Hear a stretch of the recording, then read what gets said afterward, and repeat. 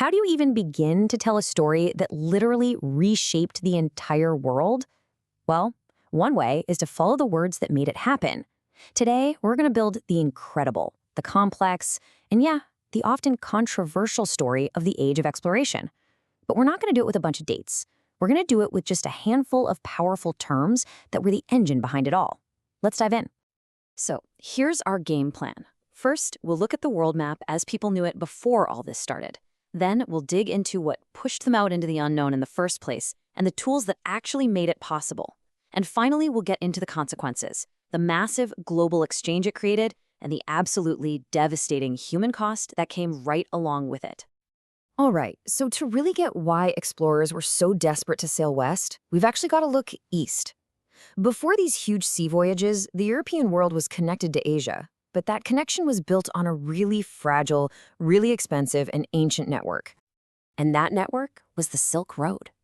For centuries, this was the main highway for luxury goods like spices and silk, but it was also a highway for ideas, for culture. Controlling this route overland was everything. So when it became harder to access and way more expensive, European powers realized they were in a bind. They had to find another way. And that meant taking to the sea. This brings us to the big question, right? Why?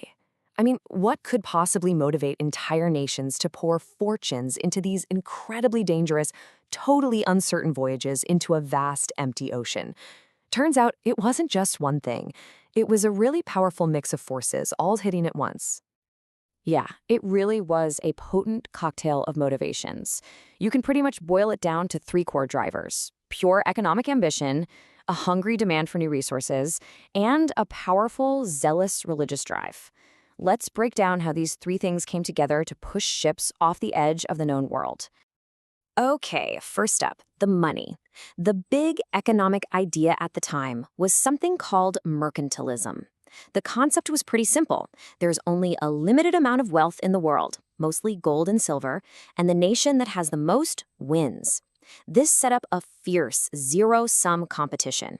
If you wanted to get richer, you had to go out and find new sources of that gold. And that's exactly where natural resources come into the picture.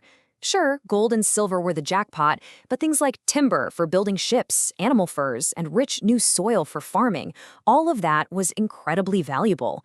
Colonies weren't just about claiming land. They were about stripping them of raw materials to send back home to make the mother country's economy boom. But it wasn't all about the bottom line. There was another, equally powerful drive.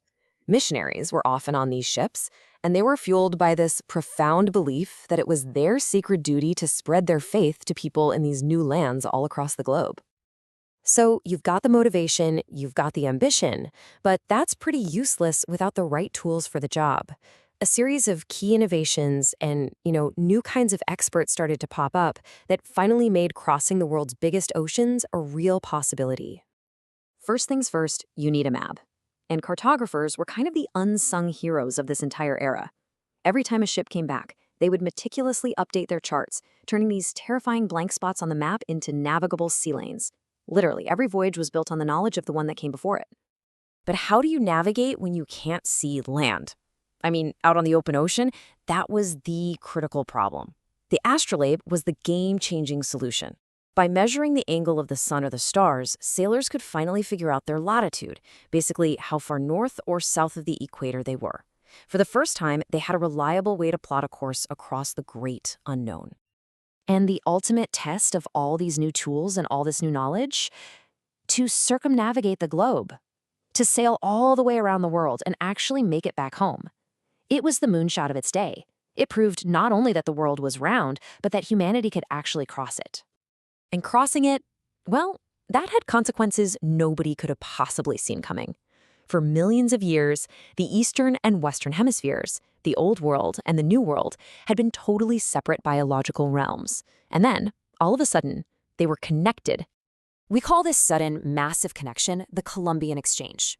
And it's so important to understand, this wasn't just about trade. It was a colossal, unprecedented transfer of life in every single form, from plants and animals to, tragically, germs and diseases, that would permanently rewrite the biological story of our entire planet. I mean, just think about how completely this changed everything. From the Americas, Europe got things like potatoes, tomatoes, corn, foods that would completely redefine what people ate. And going the other way, horses, cows, wheat, and sugarcane arrived in the Americas, forever changing the landscape and the economies of two continents. This new global network also created a really powerful economic loop. Europe wasn't just taking raw materials, it was turning them into manufactured goods like cloth, tools, and guns. These finished products were then shipped around the world and often sold right back to the colonies where the raw materials came from, creating a system that was, heavily rigged in favor of the colonial powers. But we cannot talk about any of this new global connection, without confronting its absolutely devastating human cost. This was not some peaceful merger of two worlds. It was a violent collision, and it had catastrophic consequences. When Europeans arrived, the Americas were already home to millions of indigenous people, with countless rich, diverse, and ancient cultures. The arrival of Europeans, and especially the diseases that they brought with them, led to a population collapse on a scale that is almost impossible to imagine. It's truly one of the greatest tragedies in all of human history. The intense demand for labor on the new plantations, especially for sugar, led to the creation of one of the most brutal and horrific systems ever devised by human beings, the triangular slave trade. This was an economic engine built entirely on the kidnapping, sale, and enslavement of millions of people from Africa. You can see exactly how this horrible system fueled itself. Ships would leave Europe carrying manufactured goods. They'd sail to Africa and trade those goods for enslaved human beings. Then, they would transport those people across the Atlantic under the most horrific conditions imaginable, and finally, they'd return to Europe loaded with the products of all that forced labor, like sugar and cotton. That second leg of the journey, the trip from Africa to the Americas, has a name, the Middle Passage. It represents a chapter of such profound human suffering. Millions were packed into the hulls of ships, where disease, violence, and despair were a daily reality. It's a brutal and absolutely essential part of this story. You see, this era never really ended. It just evolved. It created the very foundations of the modern, globalized world we all live in now, with all of its connections, all of its inequalities, and all of its complex history. Which leaves us with a pretty critical question to think about. The age of exploration redrew the map of the world centuries ago. But what legacies from that new map are we still trying to navigate today?